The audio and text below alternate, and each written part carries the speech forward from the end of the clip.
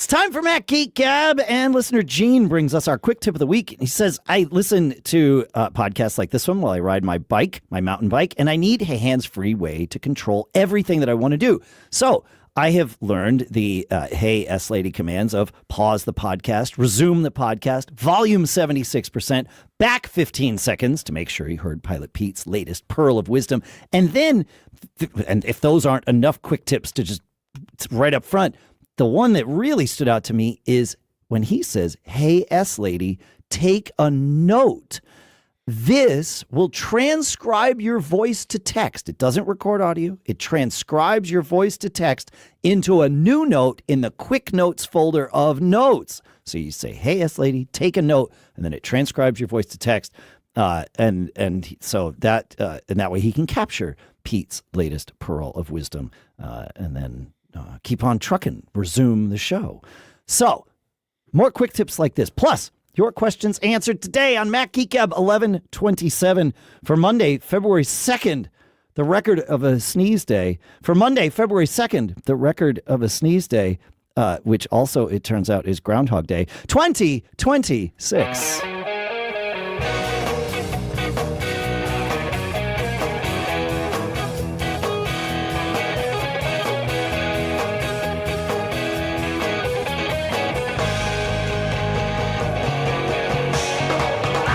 Greetings, folks, and welcome to Groundhog Day.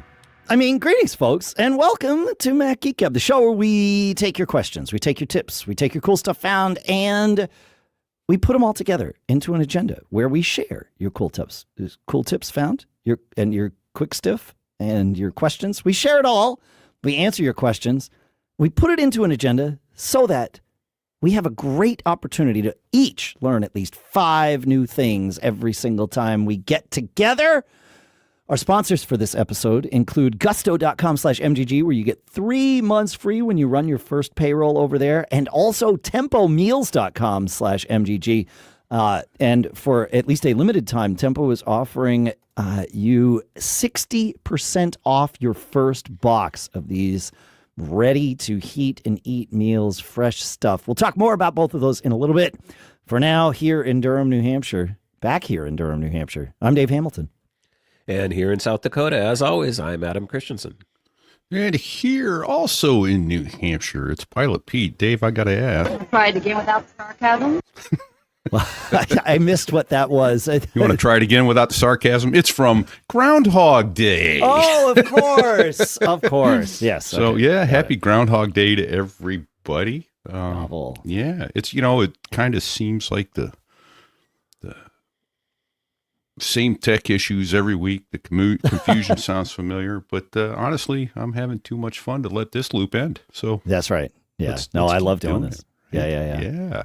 No. It's just like fun.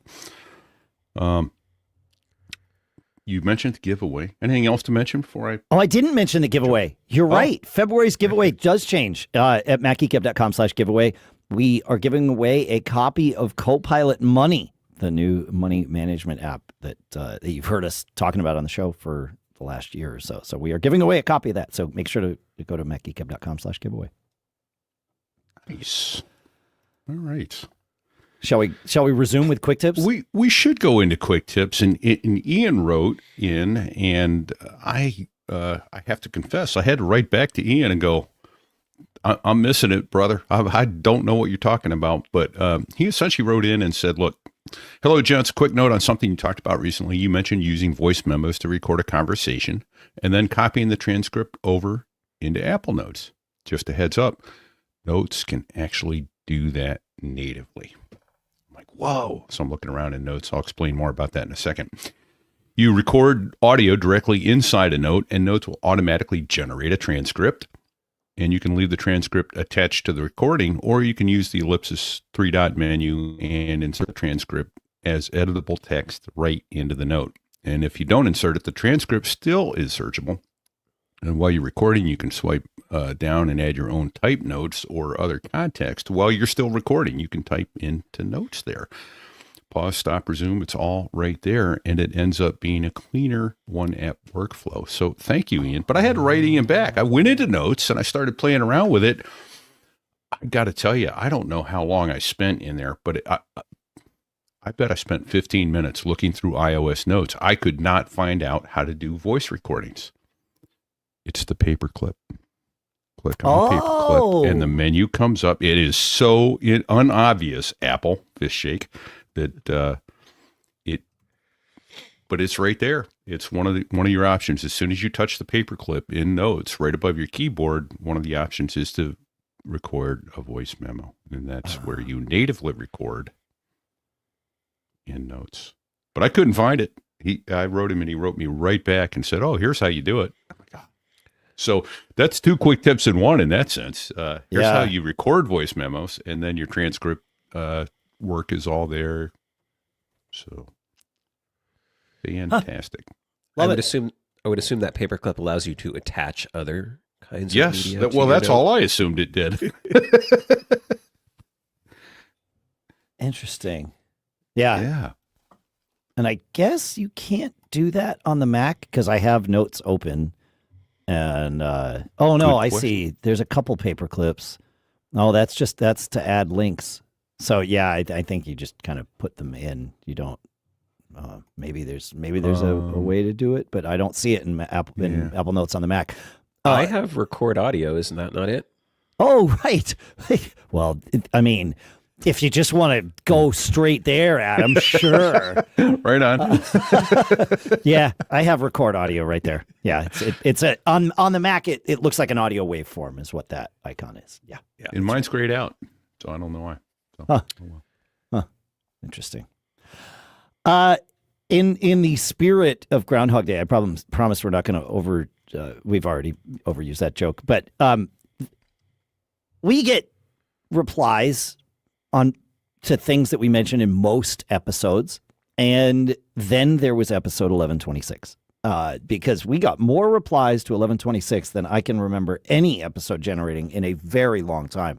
We'll start with RN Doug's, which is a quick tip on its own. He says, you guys were asking about zooming in on maps and CarPlay in 1126. And I'll point out that Peter also sent in the same tip. He says, you can zoom in on Apple Maps in CarPlay by doing a double tap. This is a one finger thing. Hold down on the second tap. So you tap once and then hold the second time. And then when you slide your finger up or down, you zoom at the spot that you tapped.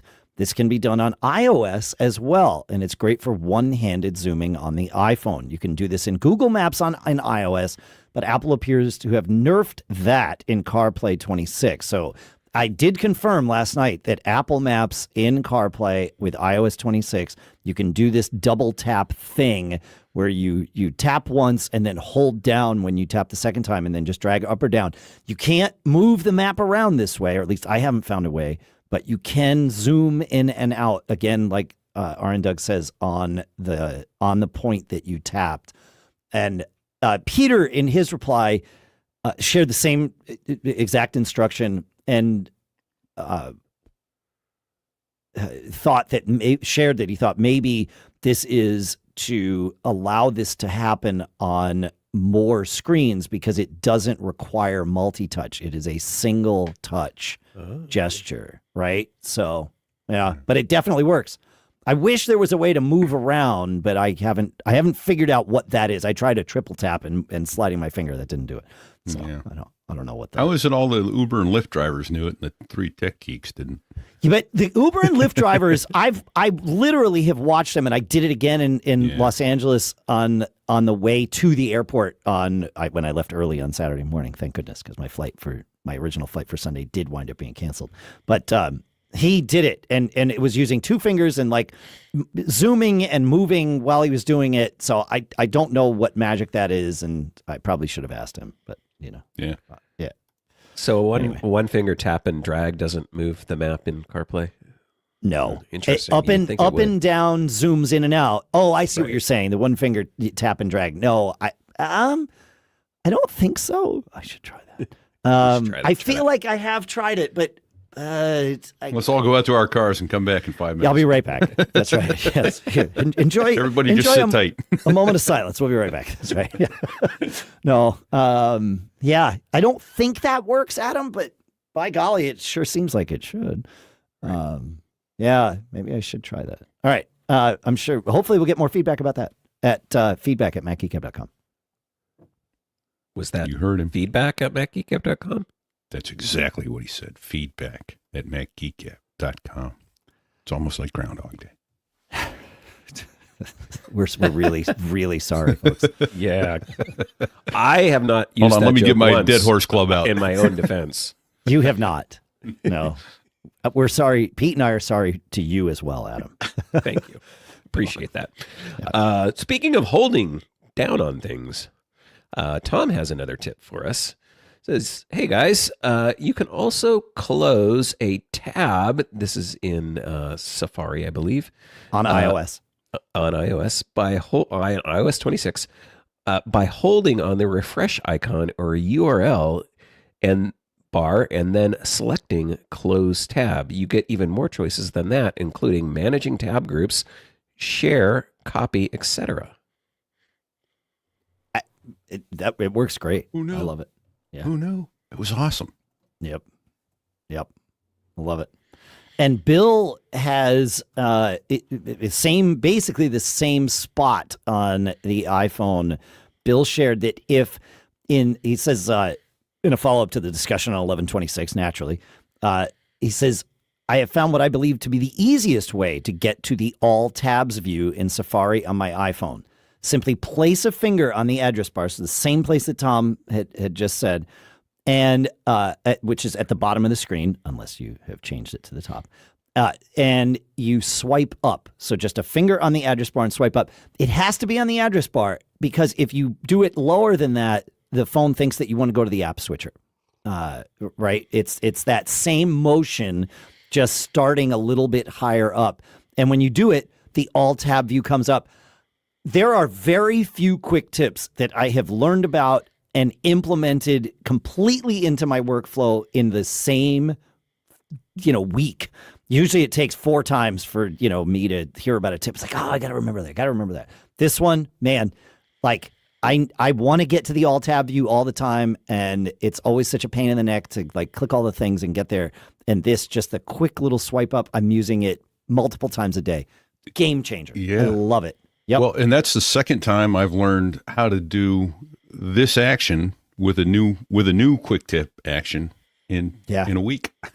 Right. Because last week my new one was the pinch, and now this is a one finger way to accomplish opening all tabs. So it's even better. Yeah. Yep. Fantastic Good stuff. Love it. Cool. Well, Todd wrote in with one that had to do with the camera side button, and this caused me a little confusion as well. Apparently, I'm slow on the uptake this week, but it turned out to be a great quick tip. He says, I'm fortunate to have gotten an iPhone 16 Pro the month they came out in 2024. I've tried to use the camera control side button for taking pictures, but it always seems to go to the controls for exposure, preventing me from taking a picture until I somehow get out of that mode. So I stopped using it. When I recently upgraded to iOS 26, an option popped up asking if I wanted to use the camera control side button to adjust settings. Something like that. So I chose not to. And now that button only takes pictures. Fantastic. So it led me to look at the settings. Go to System Setting, Camera, Camera Control, and Controls. And both the camera adjustments and the lock, focus, and exposure are now, he toggled both of those off. And he says, if you struggle like I did, turn off those two settings, camera adjustments, and lock, focus, and exposure. And now the button takes some pictures. Yeah. And then extra tip toward the bottom. And this is the one that got me. There's a launch visual intelligence setting. Press and hold. Interesting info. So to launch visual intelligence setting, you press and hold the camera button. Well, guess what happened when I pressed and holded the camera button? I'll tell you. Pete, what happened when you pressed and held the camera button? It started recording video. Oh. Everything working. Yeah. And I'm like, what is going on here? Turns out, press and hold the camera button launches visual intelligence if you do it without the camera already up. Yes. So if the camera's already open, pressing and holding the camera button is going to record video. If the camera's not open and you press and hold it, it launches visual intelligence, which means, you can be pointing at your cat and it'll come up and say, oh, domestic short hair kitty cat, that sort of thing. So. Okay. I just tried this. It worked, right? I went to the settings, love that. Another quick tip, by the way, in those settings is at the very top. By default, the camera button opens the camera app, but you can change that and have it open other apps, either another camera app or something else entirely. It doesn't have to open the camera app, right? Yep. So I launched one of the volume buttons a shutter button if the camera's already open too. Both volume buttons are. Yeah, exactly. Yeah. Yep. So I launched into visual intelligence, and I took a picture of my drum set, which is just off to my left here. Okay. And there was the picture. Great.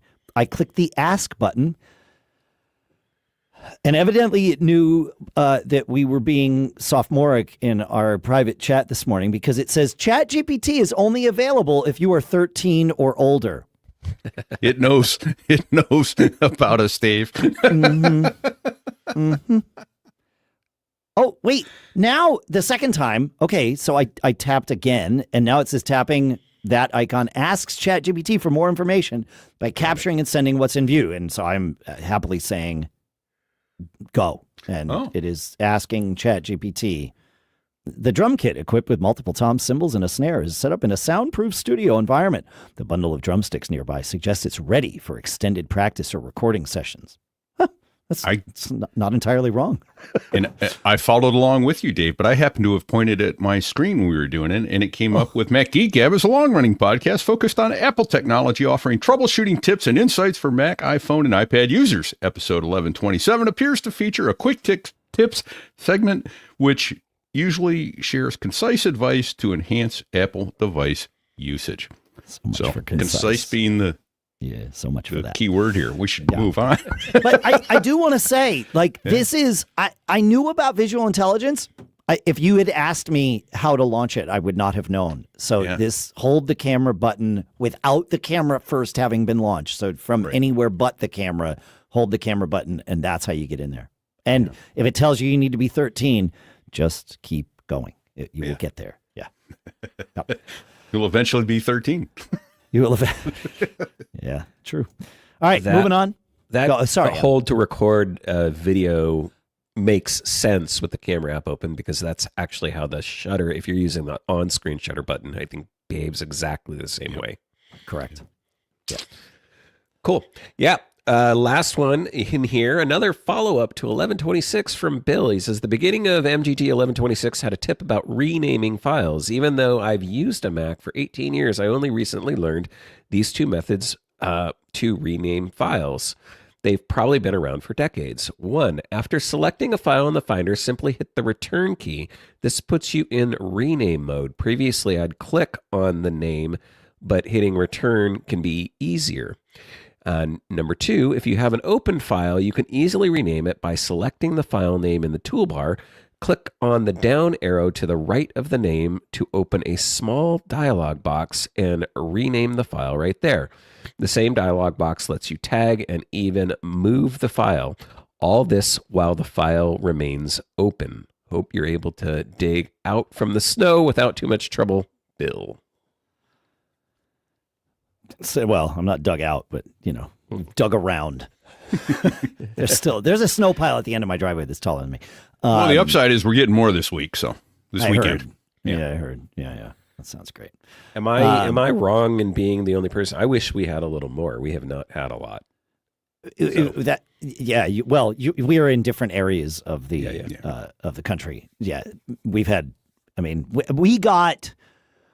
I don't think it was quite 2 feet of snow on last weekend. I want to say we measured about 20 inches here, just south of you. So yeah, I think that's about right. Not quite 2 feet, but way more than 1.5 feet. Yep. Yeah, it was a lot of snow. Yeah, that's a lot.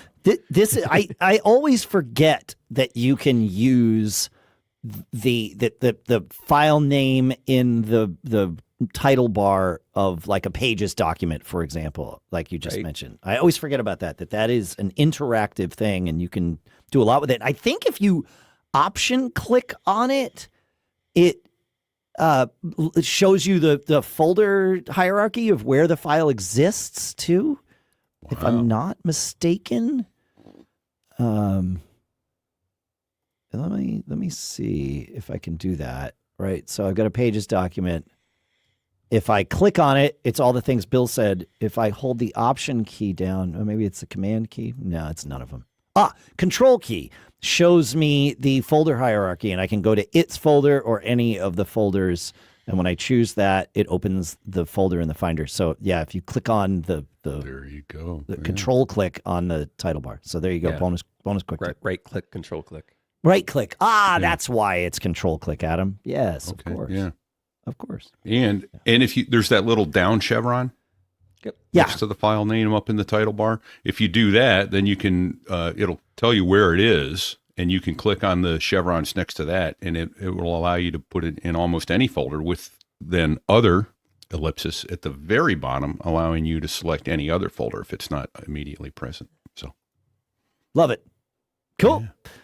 All right, we have more to do, including more things that were potentially more things that were a reaction to last week's episode. And we might even have a new segment, or at least a name for a segment that's been brewing. So we'll do some of that, and we'll also tell you about our sponsor. And you know what's slower than like a 2008 Mac booting with a bad hard drive? Me trying to cook a healthy meal on a Tuesday night. And that's what I love about our sponsor, Tempo. These meals show up fresh, chef-made, and already cooked. Just 2 minutes and boom, poblano bacon chicken breast, folks. Braised beef ragu pasta, hot and smoky ranchero shrimp. These are just some of the upcoming recipes. Yes, please. Even Maria Sharapova's into this stuff. And if it's good enough for an elite athlete, well, it's good enough for this geek. Real food, real fast, no sad desk lunches or drive-through regret.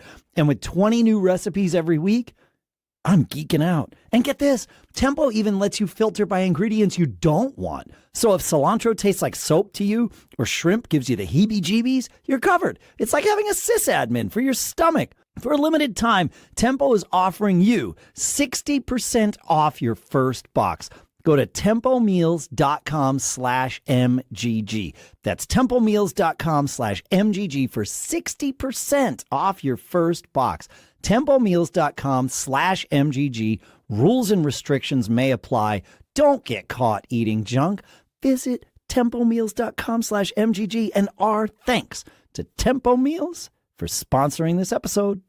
And you know I've been running businesses for decades. If there's one universal truth I've found, it's this.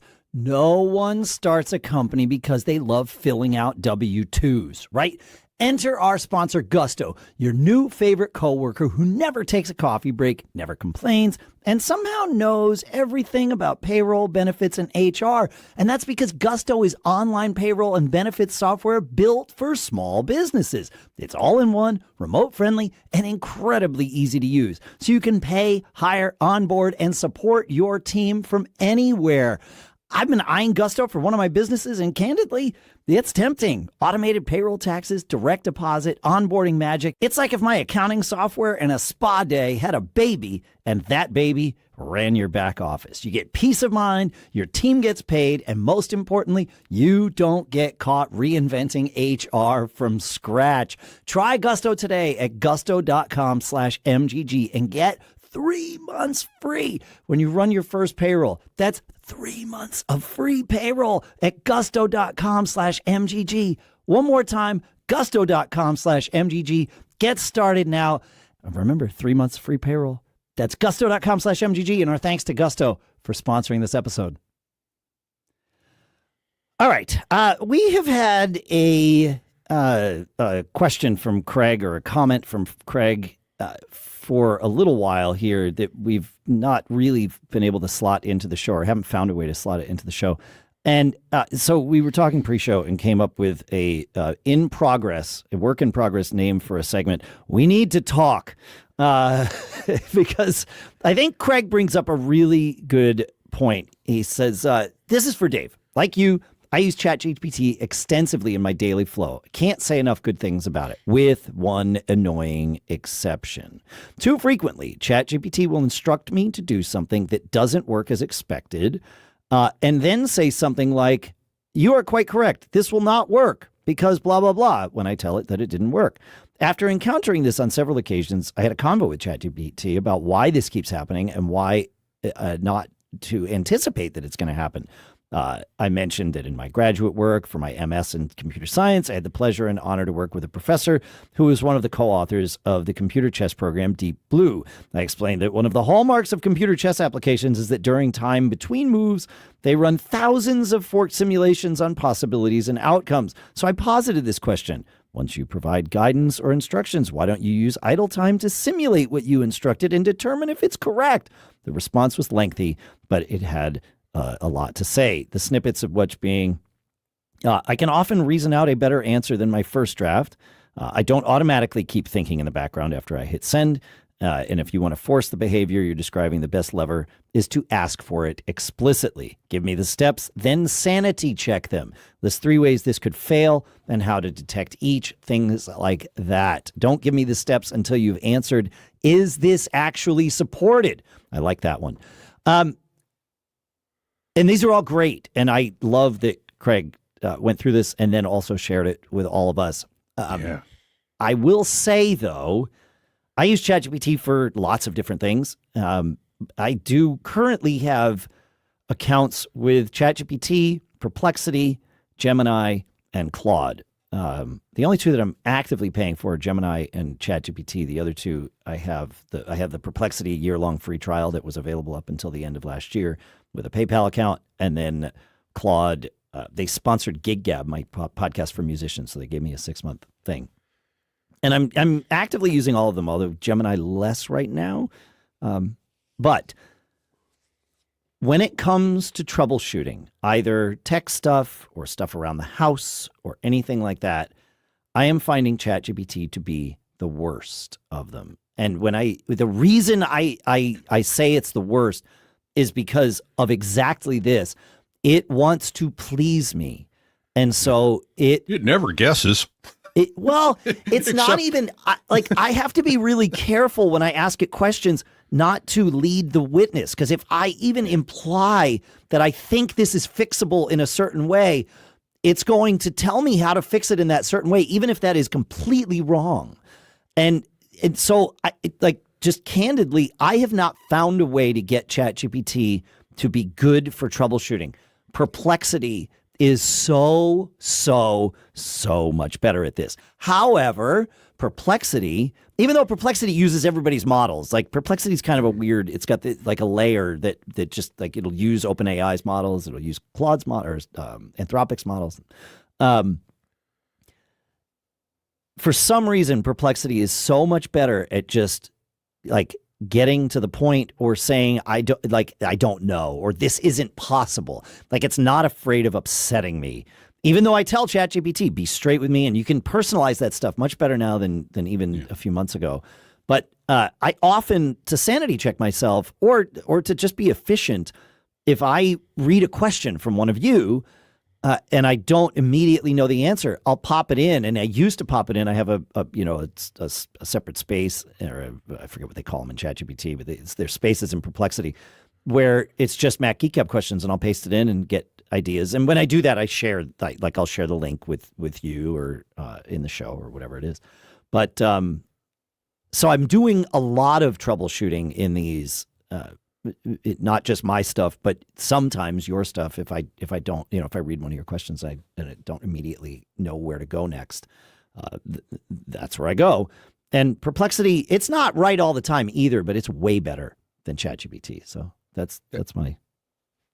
I was just say I think it guesses less too, and in fact, last week I told it what part of bad wording don't guess. Won't you understand? And it wrote back, okay, let's approach this calmly. And I'm like, all right. Then I told it, don't tell me to calm down again, or I'll cancel right now. Mm-hmm. Oh, yeah, sorry. I'm entitled to my emotions. You're a machine. You're not. But yeah, Perplexity is better in my experience as well. And maybe we were gonna comment on this. I saw. Do you see the comment from Scotty Jet Fly in the YouTube chat? It says, I have ChatGPT in absolute mode, game changer. I didn't know there was an absolute mode. And so I looked, and it says absolute mode in ChatGPT is a configuration that allows the AI to provide direct, unembellished responses, eliminating filler content and emotional softening. So it says key features. It says it doesn't do like filler content or unnecessary language, but where it might help in what you're describing, direct communication. The AI avoids mirroring the user's tone or mood, instead opting for blunt, direct style aimed at enhancing cognitive clarity. So I wonder if like that setting would cause it to not want to match your like idea of what the solution should be. I don't know that this is it an actual setting, or is it just one of those instructive prompts that the internet has called absolute mode? I'm not. That's what I'm looking for now. I don't see absolute mode, but okay, yeah, that might. That said, I'm not sure I want to put ChatGPT in absolute mode, and right. Well, because I often will use it to help me draft emails or craft strategies for things where that more touchy-feely side, and I realize we're talking about an AI and touchy-feely, and so right, I'll put $1 in the swear jar. But it's much better at those things than Perplexity is.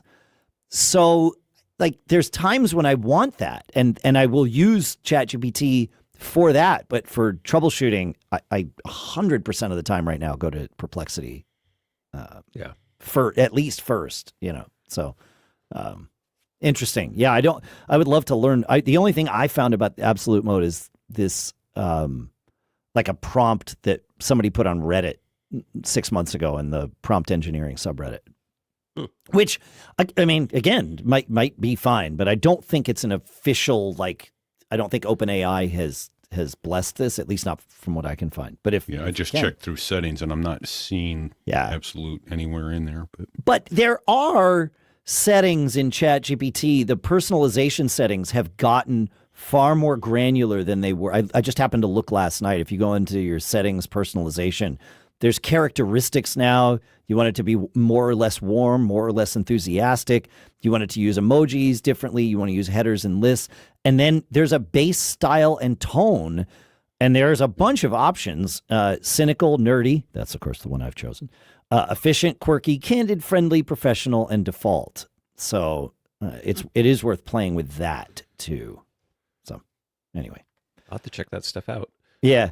But I'm using it mostly for helping with coding questions. This is where I use it the most these days. But I try Claude and see how it does for you. For coding stuff, I'm finding Claude and Gemini to be even better than OpenAI's stuff at the moment. Currently, yeah. Again, I'm using it less for asking it for direct code answers or providing code to me, more for, hey, how do I... It's more for better understanding things I don't understand. I'll ask about things like, that sort of thing when I encounter, rather than trying to go to like the manual or the documentation. Like, sure, I'm learning a new function in a language or new feature in a language. It's like, can you help me understand this better, or that sort of thing? Like, what exactly is this doing? That kind of stuff. Got it. That makes sense. So you're not doing any like assisted coding with AI? I mean, a little bit sometimes. Okay. If I get really stuck, but I usually like to try to figure it out myself, because that's how I learn better.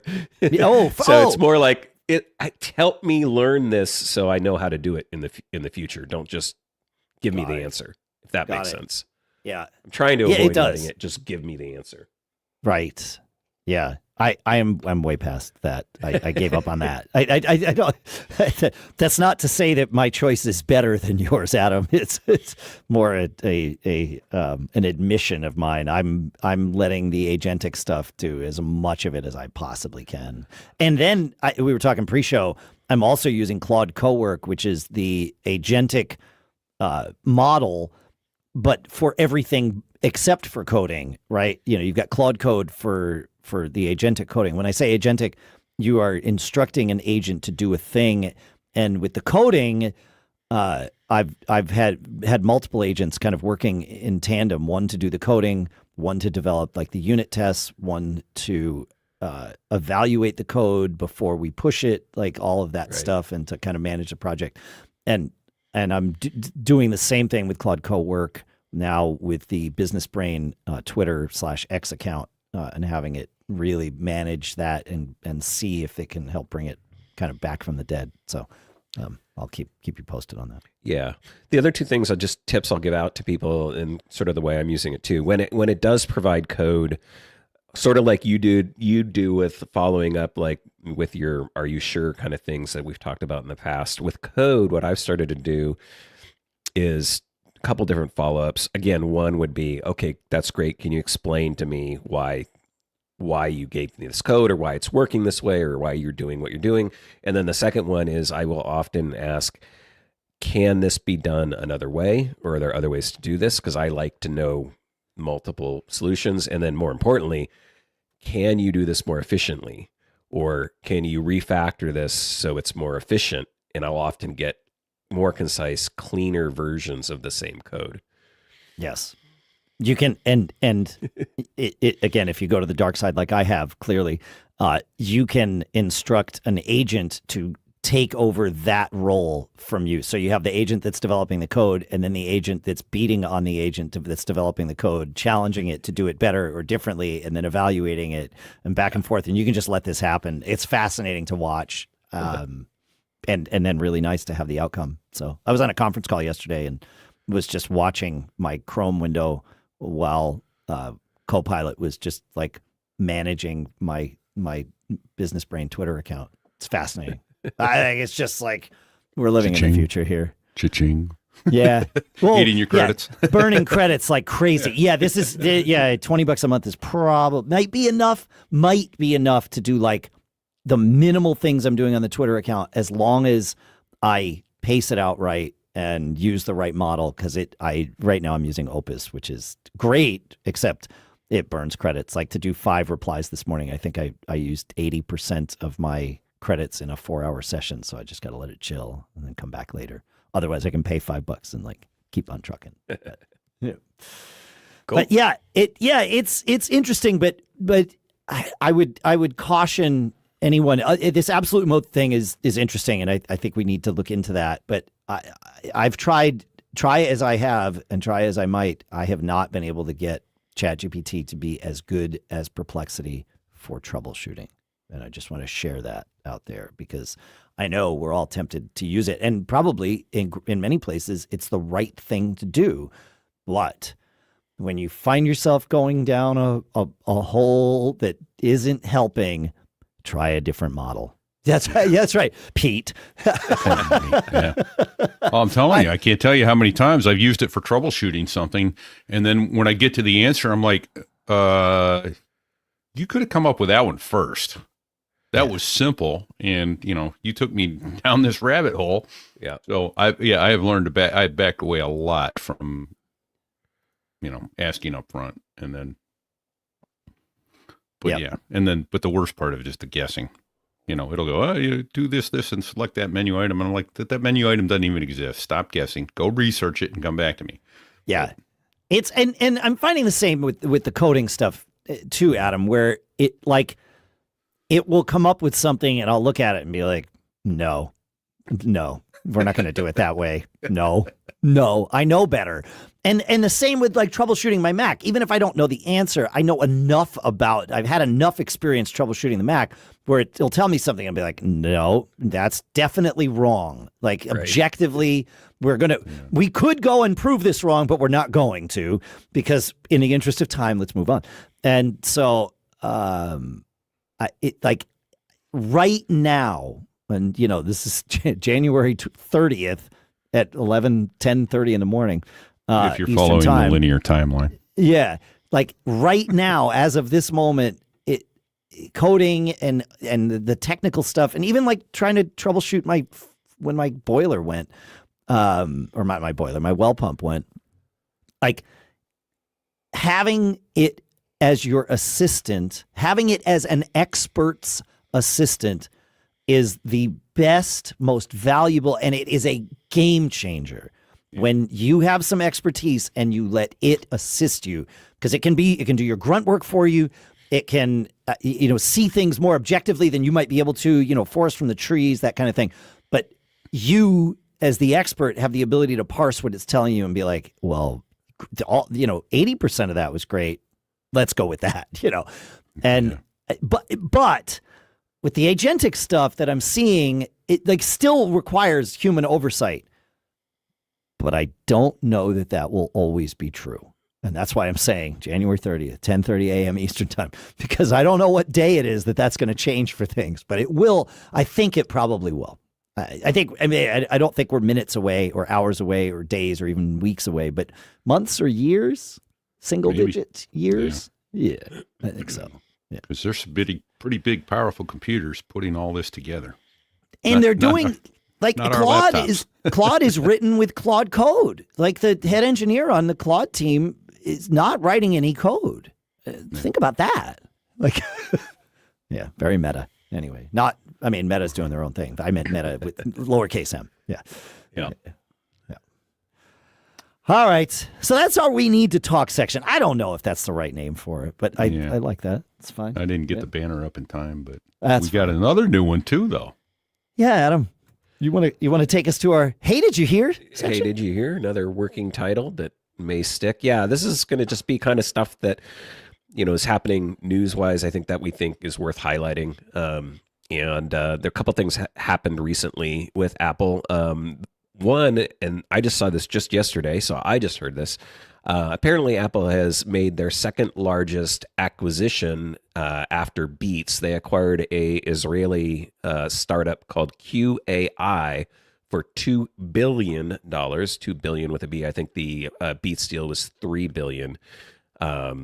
And apparently, this company has AI focused on imaging and machine learning.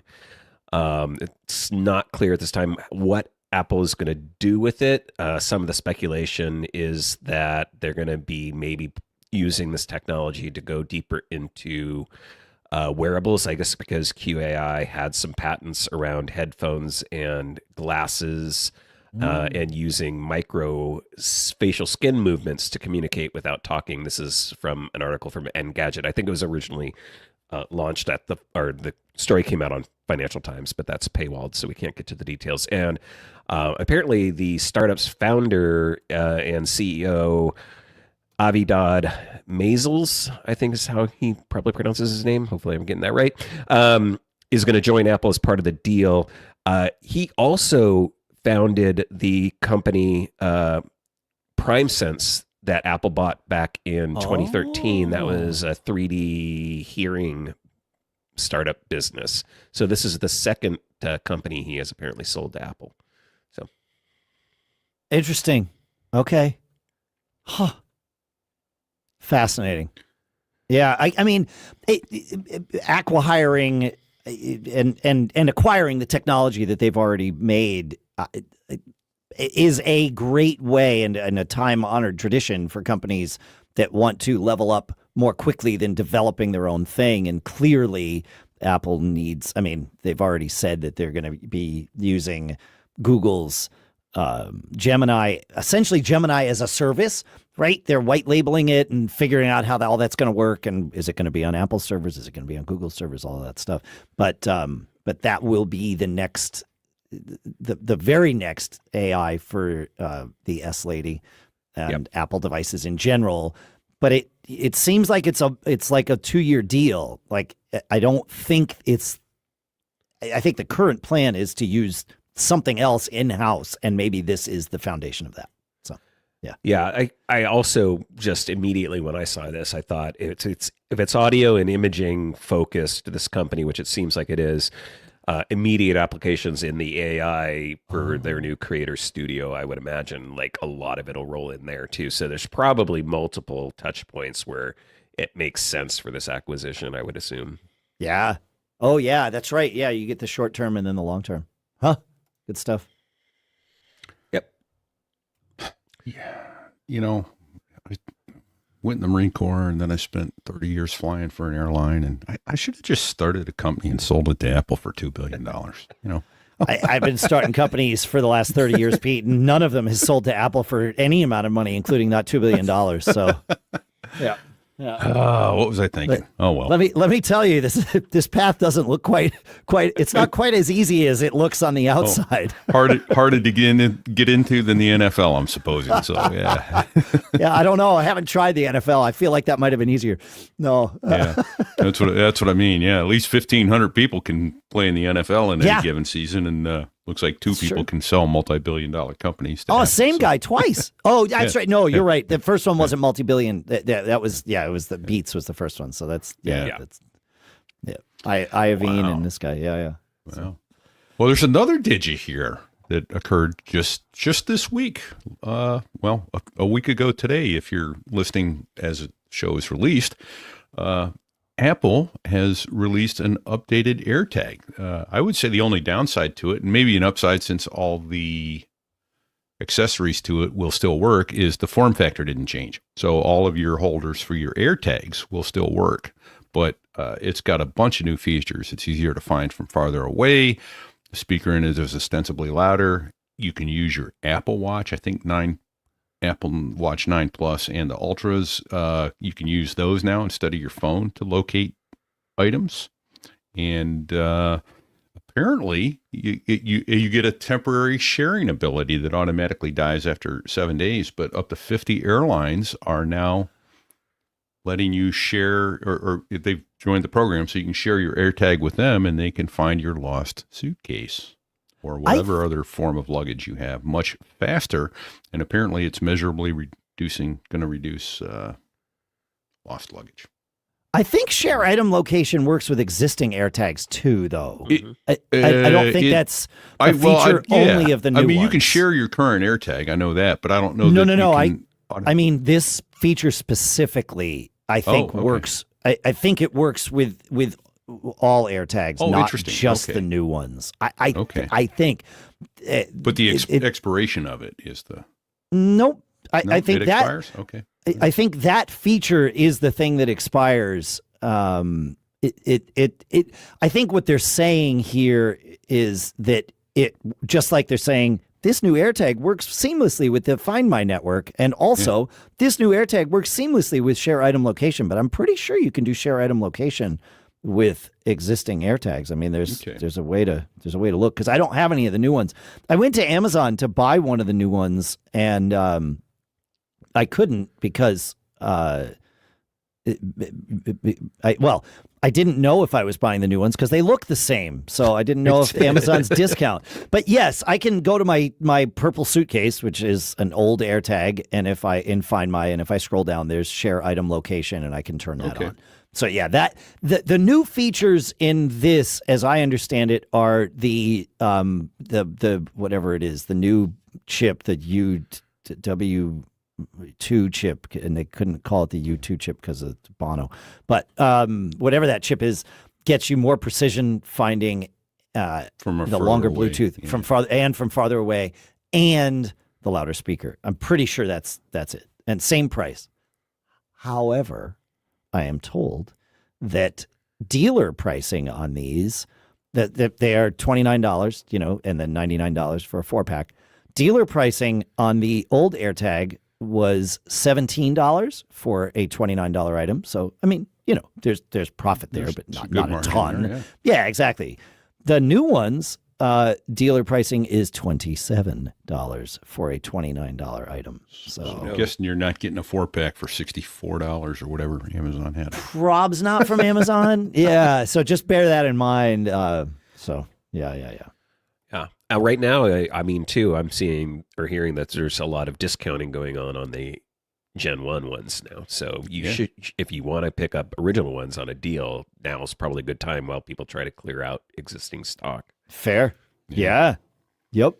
Get one for every spare set of keys in the house and that sort of thing, and share those AirTags with everybody. That's what I wound up starting to do. Yep. Cool. All right. Excellent. I heard. Now we have heard. Thank you. Good. Yep. So the answer to, hey, did you hear? It's yes. Maybe what is it? In Betteridge, sorry. Betteridge's law is never have a headline that can be answered yes or no. So, Yes.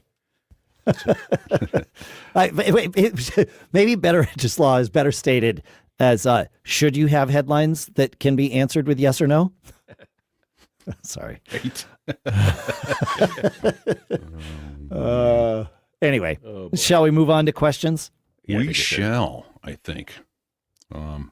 So it was Rob that wrote in. It was. Rob wrote in, and he said, I occasionally need to get a still frame from a video source. The built-in Mac options are Shift-Command-3 for full screen, Shift-Command-4, drag a selection and hit the space to select the whole window, and Shift-Command-5, select from the above or capture a video of the screen activity. What I'm looking for, however, is an easy way to select the entire content part of a selected window. Using Shift-Command-4 or 5, the whole window, the option includes the title bar and the other window, Chrome plus a nice drop shadow, and the drag selection option requires you to be very precise if you want to capture just the window content, but get all of it. Any thoughts, ideas, or other apps that you know of? Regards, Rob. So it depends on, it's a good question. I have wanted this too. And it turns out it depends on how you are playing that video. Because if you are, or even if you can, get that video into QuickTime Player, get it to the frame that you want, and simply do Command-C or Edit Copy. It will take a screenshot of that frame in its exact and full resolution. So you don't need to, the window size can be tiny, tiny, but if it's a 4K video that you're playing, it will capture a 4K frame, put it on your clipboard, and you can do whatever you want with it from there. And that was a game changer for me, specifically for grabbing, when I Geek Gab, our episode images, I usually put the person's face because I have a guest and people have told me, hey, I want to know what this person looks like. It's like, oh, good point. So it makes it really easy. But I go find a good look of that they had during the thing, and I do a copy of that. And then at least I'm starting with as much data as I can get. And then from there, I can use Pixelmator or something to ratchet it up and massage it. And then I go and find a different frame that has me in it looking good. Because usually the frame where one person has a nice smile or a happy expression, the other person is has this thing that makes them look like they might be deformed because you're catching it in the middle of the thing. It's just how it is, right? So but that copy thing makes life so much easier. But that's QuickTime Player. Not I'm sure other video apps can do the same thing, but probably different ways. And some video playback engines can't do it at all. Like YouTube, if I needed to get a high quality frame out of a YouTube video, I would first use one of the available tools to download the entire YouTube video. And then I would open that in QuickTime Player and do exactly what I'm talking about here. And I know there are tools. There's probably some in SetApp. The tool that I use to grab YouTube videos is the terminal tool YT-DLP because because that's what I learned, and I haven't bothered to figure out what apps can do it. Yeah. But I know there are browser plugins that can do it and probably make my life way easier. But no, I do it this way. So I think PullTube is a SetApp one. Yeah. So that's the one I have used. But you just opened my eyes to that. I didn't realize that QuickTime would do that because I've always used the app Shotter for things like that. SHOTTR. But that'll again, only get. You have to be precise to get.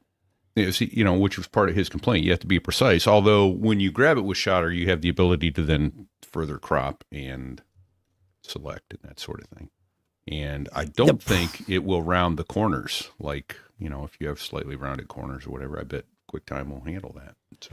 It will. And I'll point out, at the risk of Groundhog Daying this, I will say again, if you're using a screenshot app, it is grabbing the pixels that are being displayed on your screen. And in my example, if you shrink down a 4K video, if you do Command C in QuickTime Player, you get the full 4K frame. If you use Shutter, you get whatever tiny little window you get you get 240 by right. Yeah, exactly. Yeah. So just bear that in mind as you're doing these things. And you could use that to your advantage if you have a really small video, but you happen to have an app that does a great job of enhancing a video when you zoom in on it. Well, then grabbing a screenshot from that could be a good thing. So there's all kinds of permutations. Just eyes wide open. That's all. So was this specifically trying to grab a high-res shot, right? Yes. Okay. And with clean edges, too, right? Right. I mean, for just grabbing a screenshot and cleaning the edges, I mean, I just use the old Command-Shift-4, and then it pops up in the preview, and I just crop it, and then save it. But then the only other thing I'll mention is I used, for downloading YouTube videos, also from SetApp, an app called Downy. That's the other one. Yeah. Yep. Downy. Yeah. That's the one. I probably should check out one or both of those apps and pick one that's my favorite, because I do create more work for myself doing it in the terminal. For sure. Although, okay, so this brings up a quick question then. Hey, hang on. Hold your question 1 second. Adam had a comment on this. I'm sorry. Dave, you could just use your command line tool and create a shortcut. I could. You're right. You could even have it grab the URL from the YouTube page you're currently on and do its whole thing. It's true. I could vibe code an app to do this too, Adam. Like there's a lot of ways. Yeah, you're not wrong. But it seems like with PullTube and Downy and my existing SetApp subscription, I might be able to save myself some time. Yeah. Well, no, I was, again, like sometimes an action is even quicker than having to launch an app and paste in a URL, and you know what I mean? Fair. Like, if you're on that YouTube page already and you just go launch shortcut, done. It does it. You're done. Oh, that's fair. John Braun used to mention, and it might be PullTube, I can't remember, but he used to mention the one he used, and it was effectively a browser extension or whatever whatever word we were supposed to use at the time for the things that enhanced a browser. And that did effectively the same thing. You just click a button and it's done. Yeah. Yeah. So, I think I like that idea, the shortcut. Yeah. Nerfs those a lot. They do.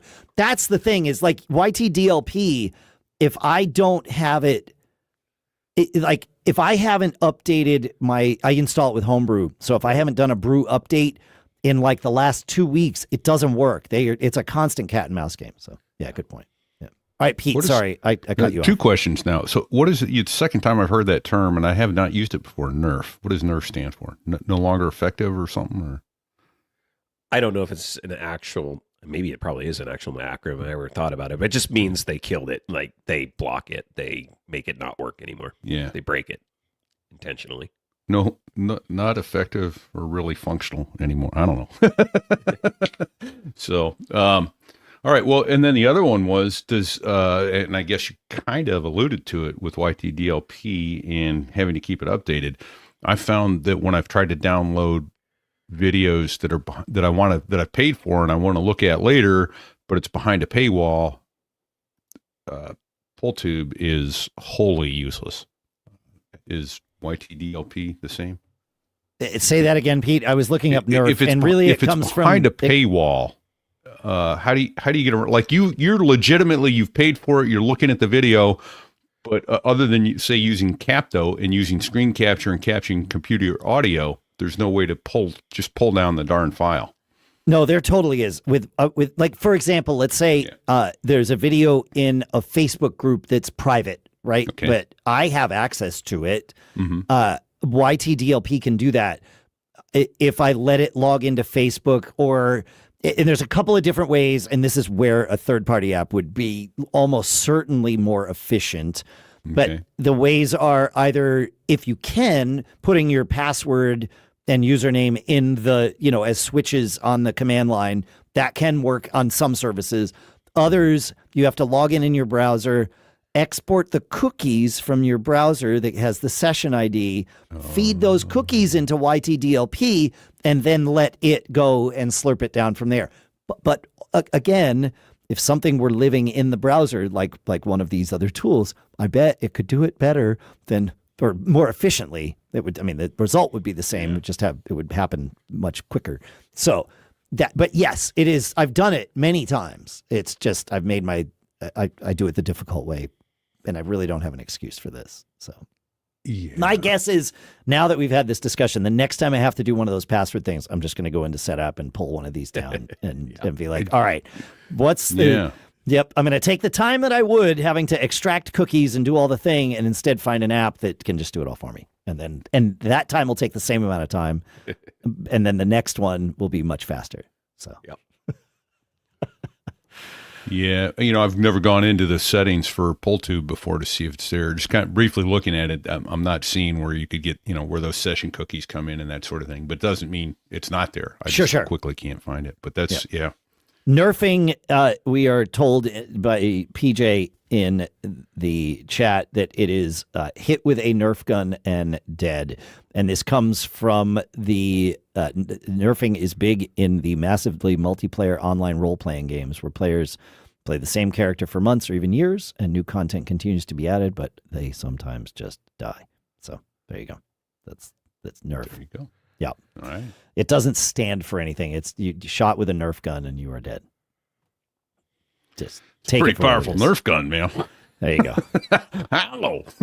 We might get some feedback on that. I'm not sure on that. I'm going to question the ChatGPT over there.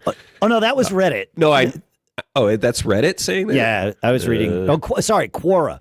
I will link to the Quora article about this. Okay. So, yeah. Oh. Yeah. So there you go. I've heard it as a gaming. I know it is a term from gaming. I don't know the origin of it, so maybe that's possible. It sounds suspicious to me, but maybe it is. I know where I often hear it applied is when a game will bring out some sort of feature or weapon or gun that is OP, meaning, and I do know that means overpowered, and then they will do something to nerf it, i.e. take away that overpower to balance the game back out. Yeah. Newly effectuated reduced functionality.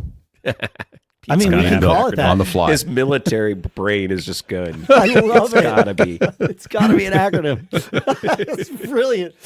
Wait, say that again, Pete, because this newly effectuated reduced functionality. That's functionality. All right. Yep. I mean, if that's not the effectuated. Effectuated. Oh, yes, right. Yeah. Yes, of course. Yeah, I guess. Sorry. Not nerf, noof. I had I wasn't thinking the acronyms the right way. Not nerf. Yeah. I mean, that's definitely the episode title. There's no question about it. Yeah. Yeah. Fun. Great. Good. All right. We're going to go to Larry, or are we going to let's do CSF? Let's do Larry quickly. I think I can do this quickly. Yeah. Larry's got a quick question for us. He says, "Hello, geeks. I've got a question for you about adding Android users to a shared calendar. I have a staff of 5 people that work for me. Since they alternate shifts and sometimes cover for each other, we like to keep things on a master calendar. My staff have had iPhones, but I recently hired an Android user. I sent her a link to come to the calendar, but she obviously can't do that. I figured maybe I could get everybody to switch over to a Google Calendar rather to accommodate the Android user, but the change is difficult with this group. Is there a way that I could somehow get her to somehow be able to access this calendar? She can get a free iCloud account, right? And then would I just add her? Although then she wouldn't be able to get reminders and notifications, or would she? I'm sorry if I'm just rambling, but I want to somehow make this work. She's already turned our lovely blue text chain green, and I don't want to have everybody switch because that will just complicate things. I could swear I had Android users on calendar before. I am an equal opportunity employer. That's nice. And maybe they just never actually subscribed and pretended they did. I did find my Google foo, but couldn't find anything relevant. So I did not know the answer to this, so I did what I said that I do in these scenarios, and I asked Perplexity. And I will link the Perplexity chat to this question. If you click on it in the show notes, there it will be. So you can see what I asked Perplexity. Basically, I took Larry's text and copy pasted it into Perplexity because it makes life easier. And it came up with some options. The ones that the things that I learned from this, and I've confirmed this because I've learned, right? Android users can subscribe to an iCloud calendar, right? You can set up a calendar for read-only access, similar to what we do with like the Mac Geek Gab calendar, right? Android users can subscribe to that. It's just an ICS, and you can get that at macgeekgab.com/calendar. But that's going to be the simplest solution, but that's read-only.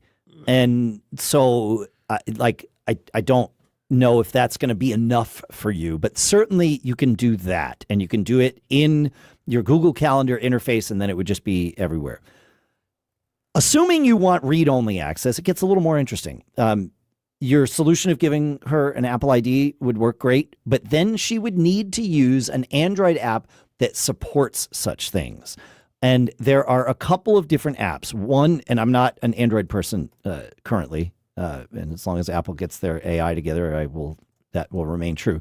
But there's one called One Calendar, and then there's another called Sync for iCloud. One Calendar appears to be a calendar app that's available cross-platform, including for iOS. So that's interesting. But that's a separate calendar app, so she would need to jump to that app and stop using whatever calendar app she uses, unless it happens that her calendar app would let her log in to an iCloud calendar. The second thing that it found is this Sync for iCloud. That's probably going to be your best solution because it appears to work with whatever calendar app you use, and it just acts as the translation layer. It logs into iCloud and then creates something that the other calendar can look at, the other calendar app, the default calendar app can look at in Google Calendar and just get you there. So I think this Sync for iCloud is what you're going to want, but One Calendar could be the answer. So check those out, and one of them will get you there. So. Yeah, the notifications is going to be the issue, because the other thing I was thinking with, once you have the iCloud account, you can obviously use iCloud in your browser to do all the calendar stuff that you need to do to access that, but that's not going to give you notifications. But I was even thinking, like, I would assume on an Android device, there's probably a way to, do the whole browser app thing and, create a little app that you could launch that could be your like window to that. But I don't know that that's going to get you notifications, because I think browser notifications only work when the browser is open. I don't know that they work in the background, right? If you subscribe to like get notifications from a website, I don't think those work in the background. Yeah, I think you're right. Huh. All right. Yeah. Much experimentation ensues. It's good. Cool. All right. Hopefully that helps. My solution was just to put on your job application, what kind of phone do you have? And if you have a Pixel or Android, throw it in the trash. He's an equal opportunity employee. He did. He said he's equal opportunity. So my solution doesn't work here. The other answer is, buy iPhones for your employees, which is something that I don't do either. So, there you go. So here's the thing. When I go to a company, I hope and pray that they will let me have a Mac. So, I think it needs to go both ways. If I'm wanting to, be the Mac person at a Windows company, it's fair if you're the Android person that you should be able to be the Android person at a Mac company. Yeah, agreed. Yeah, and it looks like there's tools. There's tools out there to. I think this is going to work. I'm curious to hear back, Larry. You'll be able to figure it out. I agree with Matthew. They all have the equal opportunity to buy an iPhone. You guys are painting us in a bad light, man. Yeah, that's right. Should we do some cool stuff found, Adam? Yes, let's do some cool stuff found. You want to take us to yours? Are you ready? Yeah, I finally have something. I buy less and less stuff these days, I'm finding. And I don't know if that's just because I'm not doing the MacCast anymore or whatever, but I have started playing a game called Demio with a couple of my Mac Geek friends on Vision OS. Demio, actually, that's a side pick. It's a great game for Apple Vision Pro. You can get it for the Mac, and I'm pretty sure I think it's cross-platform. How do you spell it? DAMEO. I think. Okay. Google it because I always am. spell it wrong. I'm on it. Okay. It might be DEMEO. Demio. Okay. All right. Anyway, keep going. I'll find it's a tabletop. It's a tabletop fantasy game. You move pieces around and stuff like that. So it works really well for the Vision Pro because you're picking up your pieces, and when you are all on Vision Pro, you're all sitting around the table and you get the audio, presence audio, and it you feel like you're in a room playing with your friends. That's interesting. Great game. It's like $40. One-time purchase. It's great. But because of that, we play a lot with the headset on, and so I got Apple's new dual knit band, and it is a game changer for the Vision Pro. Like, this is the band that it should have come with originally, and I think it was very. I shouldn't say obviously, but I feel like it was obviously influenced by the third parties who started doing a design like this, and then Apple went, "Yeah, we need our own version of this design." It's just really, really cool. So it looks like the solo knit on the back, but then it also has another solo knit band that goes across the top. And there was even people who were 3D printing an adapter where you could use two solo knit bands like this. Yeah. So Apple's probably like, all right, we got to rip that idea off and make our own. And it's really cool because you use the little tightening knob and it tightens the back band, and then you pop it out. You just pull it out and then turn it, and then that tightens the upper band. So it takes, because the biggest problem with the Vision Pro is it will sit too low. Like, the weight of it sits kind of on your cheeks with the solo band, and it just pulls down too much. So this allows you to bring that back up, and it's just then kind of floating there. It doesn't have that kind of pressure downward on your face. Yeah. And I can wear with this band now, no problem wearing it for really long extended sessions. Doesn't cause an issue at all. So it really is a game changer, and you can get one for your existing Vision Pro for $100. The current version comes with it, I'm pretty sure. Pete can probably speak to that, and Pete's muted.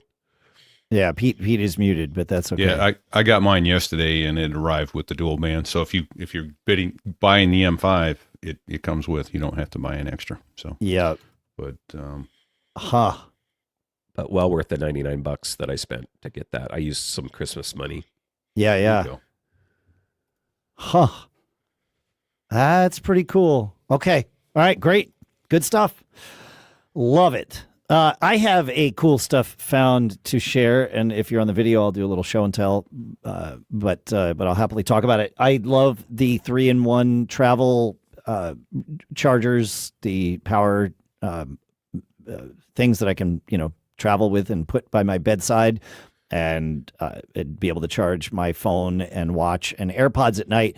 And I've always loved what Anker has done with these, and their new coming out today, Groundhog Day, is the Anker Prime. Well, let me get the name right. The Anker Prime wireless charging station, 3-in-1 MagGo air cool foldable. You are correct. It is air cooled. So this thing is, it folds, when folded down, it's about the size of a deck of cards. And it opens up, and obviously the base stays kind of flat on the table or wherever you put it. It opens up so that you can put your iPhone on it in either portrait or landscape mode with the MagSafe, and it does 25 watts of MagSafe charging. And the reason it can do that is because it's got a little fan in there. The fan is quiet. It's like 19 dB, so it's not loud enough to be like white noise in a hotel room, which is almost too bad. but it is nice that it's quiet. And then the Anker's had one of these before, and I love the iterative design. In previous models, the watch puck used to come out of the bottom of it, out of the base of it, and your watch band could push it off the charger because your watch band was actually resting on the kind of the countertop or the tabletop, whereas the new one, the watch puck comes out of the top, and so your watch band hangs down. If you've got really tall AirPods case or something, you might still have the same problem, but at least you can sort of mitigate that, and the watch hangs down. And one thing I really like about this is that, and maybe this is because of the 25 watt thing, I doubt they did this for me, but the phone puck, or the phone, the Qi 2.2 adapter, is a little bit raised. I still use that open case on my phone. And with some of these MagSafe chargers, it fits on in portrait mode, but not landscape mode. Well, this one, because it's got that little raised lip, it sits there in landscape mode just fine. And we've tested it, and while the magnet holds it fine, you can still just take the phone off without lifting the whole thing up. This is, of course, all Apple certified, which means that it's $150 for the 3-way charger, because you got to pay the Apple tax for the watch puck and all those things. But really great. Comes with its own 45-watt power adapter and USB-C cable too. So you're getting it all in one. And yes, you need the full 45-watt adapter to do the 25 watts of charging on your phone, the watch, the AirPods, and the fan. So that's a lot of juice to be sending. So make sure you either use their charger that they send it, you get it with it, or if you're going to try and use, one charger for everything or something, just make sure it can put out up to 45 watts. So, yeah. I love this thing. Yeah, it's great. Really nice. It arrived the day I got back from being in Los Angeles at NAMM, and I was bummed that it was like, oh, I really would have liked to have had this out there. But yeah, it's pretty good. So anyway. That's more than most LED light bulbs. Oh, way more. It's a lot of power. It's a lot of power. Yeah, exactly. Yeah. So anyway, there we go. All right. Does that bring us to the end? I think it does. We're at like 116. We have a lot more cool stuff found to do, guys. So I think you were suggesting, I like your suggestion, Adam, for next week. Bring your wallets, folks. We backload this show next week. That's right. Yeah, that's right. We'll do more cool stuff found than you can shake a stick at next week. So that's where we're at. Thanks for hanging out with us, folks. Make sure to check out the giveaway, macgeekgab.com/giveaway. Sign up to win your copy of Copilot Money. If you need more of us, Pilot Pete has So There I Was. Adam has his debut film podcast. I have Business Brain and Geek Gab, as I mentioned during the show. So you can go check those out. Merch is available at macgeekgab.com/merch. Uh-oh, what did I do? Did I turn off the music? They quit. The band went on strike. That's really weird. What did I do? Huh. Yeah. That's interesting. You must have given them a raise. They're back. What did I push? I thought I pushed this button. Yeah, it should have kept going with the thing. All right, now it's going with the thing. All right, that's fine. Yeah, thanks for hanging out. Thanks to all of our premium subscribers at macgeekgab.com/premium. You rock. You really do. It's all part of what makes this show work. And you are everybody who listens. Really, I love our community. It's great. Share the show. Please. We have a couple things to say here. You know what the first thing I'm going to say, Pete? Oh. Go Pats. Remind me. Go Pats. Yeah, man. Go Pats. Who could believe 8 wins over 2 seasons, and now they're in the Super Bowl on the 3rd. Yeah, Pete, there are children in first grade who don't know what it's like to have the Patriots in a Super Bowl. Like it's been a long road to get right back here. I love that we're back to most of the country hating the Patriots. It's like right? Things are as they should be. I'm okay with that. Oh, it's fine. It's how it is. It's fine. All right. Anyway, enough of that. Adam, do you have anything to say? I would say, don't get caught. That's good advice. Made on a Mac. All right, it's Groundhog Day. Let's do the show again, shall we? Sure. Later.